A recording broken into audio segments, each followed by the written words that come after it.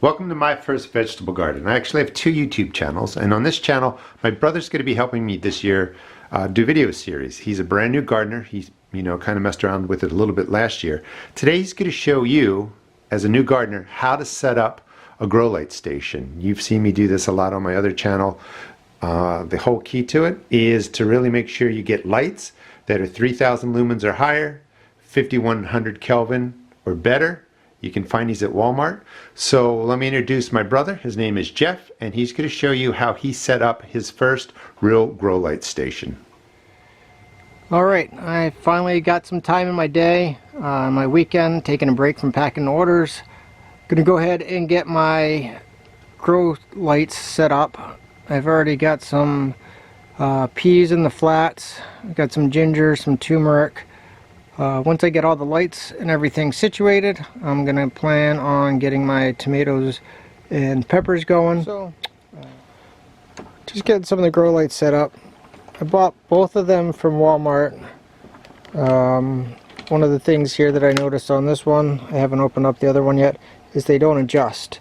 So what I'm doing in order to be able to adjust, I don't know if you guys can see that, I just used some S-hooks, and then I can continue to lower these or raise these as needed for whatever is appropriate for the height.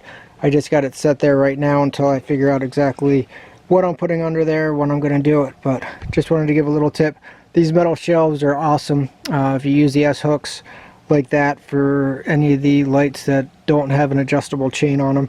It's great to be able to move it back and forth just using the S-hooks. Perfectly secure, you won't have a problem. Okay, almost there. All the lights are in. We do just have my one flat of peas that I have started. I'll be getting some other things in there shortly. I've got 3 shelves going. One of the things that I learned from reading for everybody else is that you can never have enough, so I do have an extra set of lights in case I need to set something else up.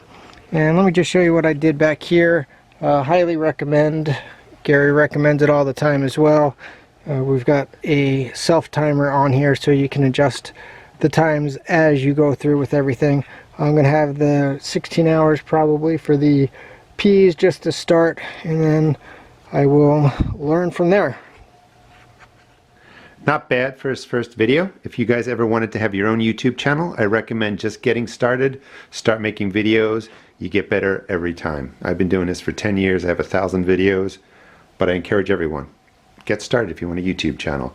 Last thing, your grow room should be about 65 degrees Fahrenheit. That's pretty good temperature for seeds to germinate. Sometimes plants like more heat, like peppers, so a heat mat helps out, and you would just use the heat mat for really the first 2 weeks until the peppers germinate and they look pretty good, and then you can remove them off the heat mat. Alright, thanks for watching. My brother and I are going to be doing a whole series for new gardeners on this channel, My First Vegetable Gardening, and we're going to start with really growing plants in root pouches or fabric pots, and that series will start up in April if you want to follow us. Thanks again for watching.